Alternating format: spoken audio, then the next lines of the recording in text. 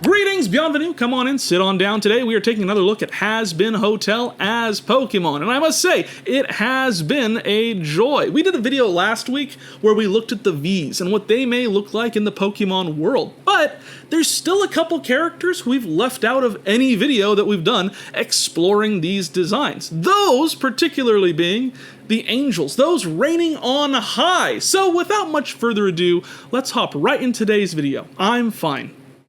Hi, I'm the Thesterninator, but my friends call me Stern. Welcome to the channel. While you're here, don't forget to drop down below, like, comment, subscribe, do all that fun stuff that makes me and YouTube happy. Let's start with the newest addition to the Pearly Gates, that being Serpentious. Serpentious is such a cool character that we get to see throughout the series, and I, for one, am so sad that he doesn't get to be with his friends, but regardless, he's a character who's gone through so much change, and we've learned so much about him within Season 2. It's one of the reasons that despite me already drawing a Serpentious Pokemon in a previous video, I really wanted to revisit the structure of the character. One thing that I thought was really bizarre was how informed he is about military tactic and technique, even down to the Season 1 finale, him showing up in Napoleonic military gear, only to find in Season 2 that he doesn't really have anything to do with the military. Maybe making a few inventions here or there, but we mainly learned that he likes to stick to himself, that he is kind of a loner in a number of senses, which ended up informing what his sin was that landed him in hell in the first place. But all of that in play, I wanted to bring in a little bit of that shy and military type of feel here. So I decided to go with a small, diminutive little snake with an eggshell as a helmet. Again, playing into that egg boy type of motif and stylization, but also drawing in his personality, his emotion, as well as some of the vibes that we get from that Season 1 finale, where he made one of the greatest sacrifices of his afterlife that landed him in heaven, despite the fact that he kind of really doesn't want to be there. So quietly put your hands together because he's a little shy for Serpining, the name coming from pining after something, thinking longingly and wistfully about the way things could have gone. Pure dark type, and the shiny, I wanted to include this lighter color because this will be a branched evolution. Serpining, the lonely Pokemon. It remembers fondly its time inside of its egg, and often seems saddened that it cannot return. Because of this, the Pokemon is quick to build bonds with Pokemon and trainers that it sees as its new family, and is quick to redemption. Now, I know that I said I was going to be focusing on more of the angelic type of characters in Hazbin Hotel, but it starts with Sorry, and therefore, we must start with the hellish variation of Serpentious. I had a few aspects that I wanted to tackle in this design that I really feel like I missed out on in the older one that I did for the previous video. One was bringing in those eyes. It's a big part of Serpentious's character, as a lot of us probably assumed at the very beginning, kind of just a stylistic detail. But in Season 2, as we come to understand his hellish punishment for his crimes, it plays a much bigger role. Those eyes are a curse laid upon him for being a witness to a crime, a murder that he didn't report for the sake of his client. And therefore, he is a snake covered in eyes. He is cursed to always be a witness, and yet always hiding in the grass. So I wanted to bring that aspect in, cover this guy in eyes in a way that felt natural and snaky, but the other thing was I really like that military style look. I thought about the snout of this snake, making it look more like a flared out blunderbuss style firearm type of look, an old school type of weaponry. I also love his Napoleon style tricorn hat that he wears again at the end of Season 1, and I wanted to bring that into the head shape as well. Hi, Editing Stern here. Just want to get ahead of this before the comments do. I mentioned that this hat is a tricorn multiple times, as well as being a Napoleonic hat. While it is a Napoleonic hat, it's actually a bicorn, not a tricorn. So I'm an idiot, and that it's gonna come up multiple times. Be aware. I'm aware now how stupid I sound. make him feel like he is constantly in his army military type of look. And I feel like it adds a certain power to the design in doing so. Makes it feel just a little bit more intimidating while still allowing this Pokemon to feel a little bit more downtrodden.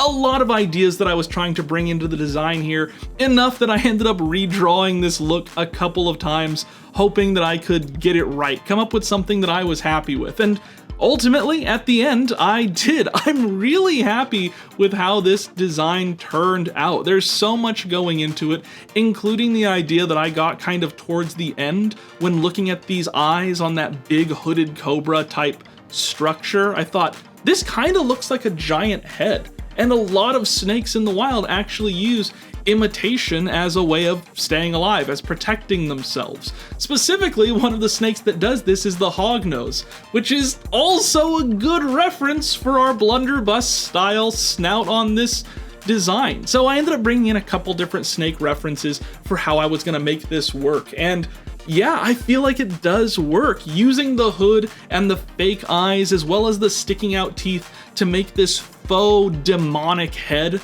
out of the entirety of the body, allowing me to bring in that militaristic style look while playing with that downtrodden demeanor, bringing in eyes in ways that make the design make sense. Ultimately, I am so very happy with this design, and I kind of felt a little bit like Serpentius, thinking how good can the heavenly appearance be if the hellish one was so much more enticing?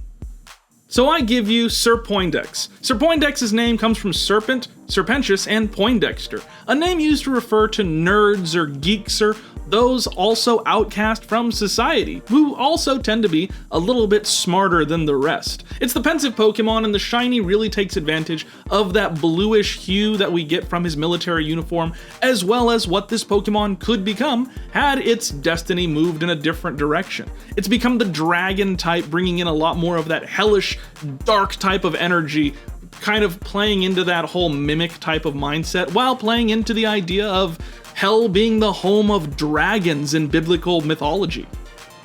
Sir Poindexter, the pensive Pokemon. They're best known for their sense of trickery.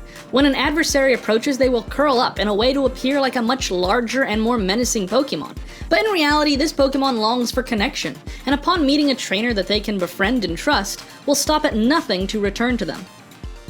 But now moving into the more heavenly variant of this evolution, we have to wonder how this Pokemon could obtain one of two different forms. I played with the idea a lot and decided that if the Pokemon reaches level 30, it will evolve into its Dark Dragon type, but if it evolves at level 30 with full friendship, it'll then take on this form instead. Playing into this, I was trying to figure out a way to handle the design, trying to figure out a way to kind of make the Serpentius fully evolved form in its Dark Dragon type appear more heavenly, more angelic, before I started to realize I don't have to do that. You see, when we're looking at a branched evolution, I think very often we try to make the same Pokemon twice. But with this, I realized I didn't necessarily have to do that. I could make a wholly new Pokemon that drives off of its pre-evolution alone. So I kept up a lot of the shapes as best as I could and really worked to try and make it feel very associated to our Sir Poindexter that we worked on previously, but also wanted it to feel like its own design. I feel like that's something that VivziePop does really well between the angelic and the hellish forms that we've seen. Serpentius obviously being the only one that we've gotten to see with those two forms canonically, but you get to see a really big change in the design. It's not just a color swap. The eyes move and shift and many disappear. The hat itself changes in structure. The goggles go from being round type of generic engineering goggles to being heart-shaped. There's a lot of design elements that shift between the two looks. So I kind of took that as an example of what to do here. Made something that was very reminiscent of the other form, but still felt like its own Pokemon, hopefully in successful ways. I'm sure you'll let me know in the comments. And while you're there, consider helping me out with another thing. I am terrible at coming up with abilities for Pokemon. I say this in pretty much every video. So if you look at these designs and think, oh, this ability would be perfect for that Pokemon, let me know in the comments below. Again, you guys are so much better at that than I am. Look at this Pokemon as well as the rest that we do throughout this video, and let me know what abilities you think they should have. Whether those be ones that you know of and assign, or ones that you make up yourself. It's a really fun little experiment that we get to do that really allows me to feel like you guys are taking part in the creation of these Pokemon, and I love it. But getting back to the design, I really wanted to focus on making it feel like a different kind of snake. Still wanting to get that Cobra aesthetic, but playing up a couple of the different aesthetic points differently. One was that mimicry type of design, going from mimicking a big demon head to now mimicking a giant heart. I picture this Pokemon, rather than fighting off adversaries by scaring them away, fights them off by loving on them instead. While Serpentious isn't fantastic at that yet, I'd like to think that he can learn to adapt in his new heavenly realm, while still being the Serpentious that we've come to know and love, because he is my favorite character. So meet Serpoindex. Again, yeah, I wanted to keep the name. I felt like it would be very interesting to have these two variations that share the same name and maybe share the same Pokedex slot, but still function as two very different and independent Pokemon. This one is a dark fairy type to kind of get more of that angelic and nice type of feel to it, with the shiny harkening back to the other form. It's a little bit bigger than what we saw in the other variation, but still, a lot of that comes from that big double heart-shaped hood that we see on this Pokemon. Plus, incorporating the wings into those feather floofs that we get to see at the bottom there, without making this feel too Quetzalcoatlish. Serpoindex, the pensive Pokemon. These Pokemon are coveted for their looks. While many assume that this is an entirely different Pokemon from its other form, it was recently discovered that they are one and the same. Some claim that this form is one of a kind, with no others like it, but that is still yet to be fully determined. Hey, sorry to bother you, was just looking at the statistics and found that about 70% of people who watch these videos actually aren't subscribed. So maybe take a look below the video here and double check. If you're not subscribed, maybe consider it. You're this far into the video, so clearly you like this content, and I'd love for you to get access to it even easier and more efficiently. So make sure that you subscribe, comment, like, do all the fun stuff that makes me and YouTube happy, and I'll let you get right back to the video. Yes, now for the moment you've all been waiting for, actual angelic Pokemon. And where better place to start than with Emily? She is adorable. So why don't we keep that line going? In fact, speaking of lines, why not make Emily and Sarah the same line? They already feel like there is this maternal type of lineage to them, whether that be canon or not.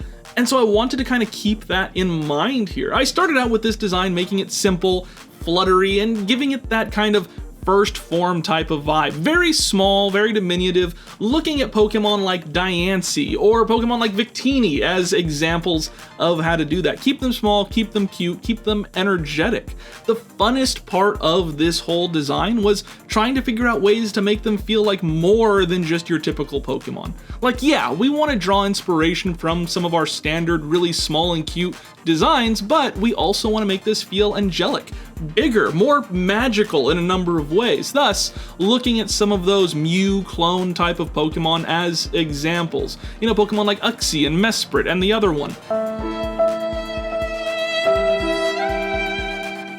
And using those as kind of our base here. I thought that giving it this eye shine type of design to the face really added a lot of that in and allowed me to keep a similar hairstyle to what we see with Emily. I never want to do these designs as a one-to-one, but when we can keep aspects from the actual inspiration, it just adds a little bit more to the design, while also still wanting to make them feel very Pokemon-ish. So I went in with that, decided to take away the arms and replace them with wings so that we could have 4 wings without this getting too busy. We could absolutely do it, but the more stuff that we add really detracts from that plushy type of factor that we're going for here. A big part of the body actually gets covered by how I decide to do the wings, and it's a pain, but ultimately it's one of those lessons that I learned early on with drawing that I feel really informs where I go with a lot of my stylization. You could spend hours drawing a certain portion of a character's body only to have it covered by another part. Take for example a design where you're working really hard on how the chest comes out. You want it to be big and proud and come across with a certain type of allure, or a certain type of je ne sais quoi, or something that I don't know. And then you decide that putting the hand in a certain position that's outstretched covers the chest that you worked really hard on, but really gives an emphasis to the design. Is it better to remove that part that you worked so hard on for the energy and for the message of the image itself? Or is it better to detract from the message so that you can show off something you worked hard on? I don't know. It's a weird type of mechanic that we as artists have to deal with, that here I decided having that wing kind of towards the front while hiding a portion of the body allows for this Pokemon to have a certain type of energy and a certain type of personality to it. Makes it feel shy, but also very elegant. And plus, given that you guys are watching me draw this, I kind of get to say, they know what it looks like, they know what's under there, they saw the process, so I do kind of get to cheat a little bit. But regardless, I'm happy with how this one turned out.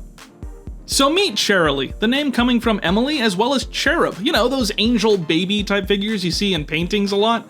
This is the forgiveness Pokemon mainly for Emily's ability to hear out the denizens of hell as well as come to really love and care for Serpentious. Pure fairy type, obviously for that angelic quality, and I know I'm gonna have people who come in saying, well, this would have been better or that would have been better for an angel type Pokemon, but fairy really seemed to fit the vibe for me, and the shiny has what I love in shinies, which is that obscure, I can't tell if it's a shiny type of feel that makes it feel a little bit more grounded with a little bit more of that yellowish hint to it. Cherylee, the forgiveness Pokemon. It is said that these Pokemon come from another realm, with the halo of light around their heads as a sign of this origin. While many try to capture this quick and elusive Pokemon, they tend to flock to those who are pure of heart. Or maybe to those who deserve a chance to be. Be not afraid, for Cherylee is not the end of this line. No, she must evolve into our Sarah-based Pokemon. Sarah is such an interesting character. A character of holiness and righteousness above all else, but also one of great and deep regret. We get to see this in Season 2, as she comes to actually despise herself for what she did. We see her in Season 1 fighting and arguing that the extermination is a needed facet of life in heaven and hell. But in Season 2, we have the questioning, the idea of, was this ever the right thing to do? With Serpentious really being the crux of that. If these demons and Hellspawn are truly capable of being changed, then what purpose was there for the extermination? And were they fighting against something that was truly good? The show is experimenting with so many ideas of redemption, and I wanted this design to really capture that idea, to feel much more human in many aspects, going out of that small cherub, cute and innocent type of feel into something that felt more tangible, something that felt more like it could have a connection with a person, grander than just this cute little thing that floats around. I looked at Pokemon like Gardevoir and Pokemon like Gallade, more human-ish Pokemon for this type of feel, while also actually looking at Ultra Beasts for a lot of the inspiration design-wise. These things that feel so much grander than what a Pokemon or realistic animal could look like. They're meant to feel alien, but also earthly in so many different ways. So I looked at a lot of different examples on how I wanted to play into this design, and I'm really happy with the direction that we end up going. I feel like it does capture a lot of that balance that we're looking for between these different ideas. Very human, very angelic, very Pokemon, very Ultra Beast, very earthly, very heavenly, all at the same time, hoping that we could bring all of those into a shape and language that is understandable, yet also very cool. I mean, on the outset of all of this, we still want to design a Pokemon that you could picture being on your team, something that you would be happy to have caught in game. I mean, we could come up with Pokemon that are technically Pokemon all day and fit the criteria for design, but a big kind of underlying secret thing when designing Pokemon for this channel or any other is you want something that people would be happy and excited to catch. Something that feels like you'd be pumped to see it in the wild roaming about. You could make a Cryogonal all you want, but it's not gonna match the excitement that you get when stumbling across a Lucario. So, nothing against my Cryogonal enjoyers out there. I'm sure both of you are fantastic people, but there was a certain idea going on in my mind with this design. One that I'm hoping I was able to succeed with. So this is Seraphim, a fire type as well as fairy type. And I know that that may be confusing for a lot of people, but with the idea of retribution and holy fire cleansing the world, or in this case, hell, I really wanted to bring in that fire type. May not look like a fire type, but I do always love that downplayed secondary typing in a character's design. And yeah, I think that Sarah really emphasizes that idea of holy retribution and scorched earth mentality. And for the shiny, again, we went with a little bit more downplayed color with almost a blue jay type of scheme. Seraphim, the Retribution Pokemon. This Pokemon is obsessed with perfection, burning away any who stand in the way of its cause. Stories have been told of it leaving its trainer for not pushing it hard enough. However, in battle it moves with an angelic grace that matches its want for a good fight. Hey folks, begging your pardon, excuse me, sorry to barge in, but we have to talk about Adam, one of the key angels and adversaries of Season 1. We've gotten to see a little bit of him in Season 2, and I'm hoping for a little bit more. Getting to see how Lute is not doing well with the acceptance of his death and the new rules that are starting to emerge within this combination of heaven and hell. It's really intriguing, and getting to see Adam still play such a big part in the story is exciting. I love the character, and Alex Brightman really brings a certain life to him. I'm aware that he also voices Serpentious, and I didn't bring it up earlier. You don't have to come at me in the comments, but he does a great job with Adam, making him feel like this such undeserving character to be in heaven, and kind of getting in on a technicality of being the first man. He also has so much about him that we can bring into the design here. One is that weird body shape of him just being kind of wide and billowed out. Definitely not the thought that you get when thinking of the first and perfect human. We also get that kind of digital mask that he wears, as well as his love of guitars and music. It's almost this bastardization of what the entirety of Hazbin Hotel is. This beautiful musical homage to stage performance, whereas he comes in with loud guitars and clanging instruments.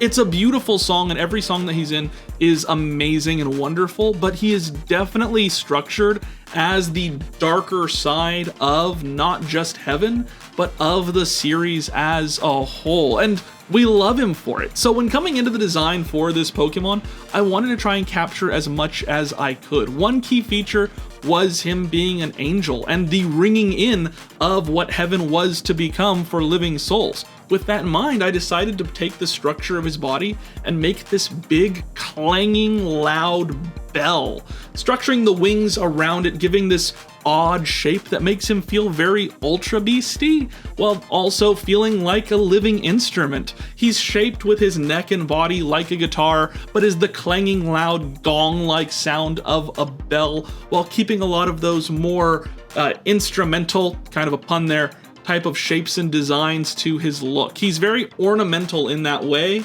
and kind of shows off a lot of his gold and white and holier than thou type of feel, while having this darker type of shade to him.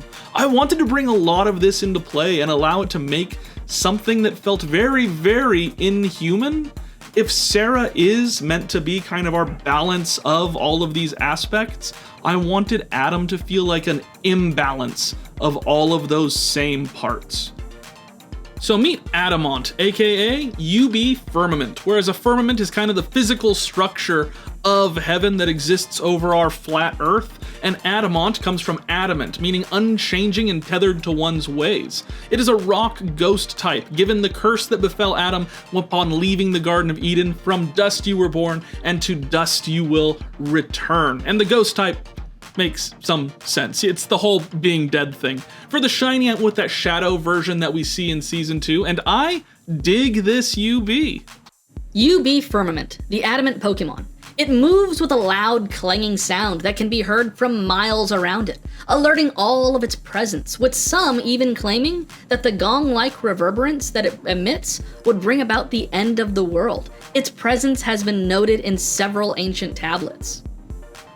So who was your favorite? Who are you adding onto the team? Let me know down in the comments below. And hey, before you get all the way down there, consider stopping by the description where you can find various opportunities to support the channel. Like these lovely people here. These are our Patreon supporters and I love them. Across the various tiers that we have on the Patreon, you can get access to Photoshop files from videos just like this or high-res images from videos just like this and previous ones. It's a really cool thing and new perks that I just added that allow you guys, if interested in the creative process, to kind of get some background knowledge on how it all works. Or maybe you want to become a YouTube member where you can get access into the conversations that we have for the Stern Conversations podcast. I've had a couple people throw in their ideas of questions that they'd like some of their favorite creators to answer, and it's really cool getting to have a conversation not just between me and someone that I really enjoy the content of, but knowing that you guys are kind of there too. So be considerate and consider it. If you want to get access to some of our merch, I'm going to have that linked down below where you can get Pokemon merch, horror merch, Eldritch Abomination stuff, and kind of everything across the gambit. But with all that said, it sounds like you know where to find me. I'm fine, and I'll catch you in the next one. Bye.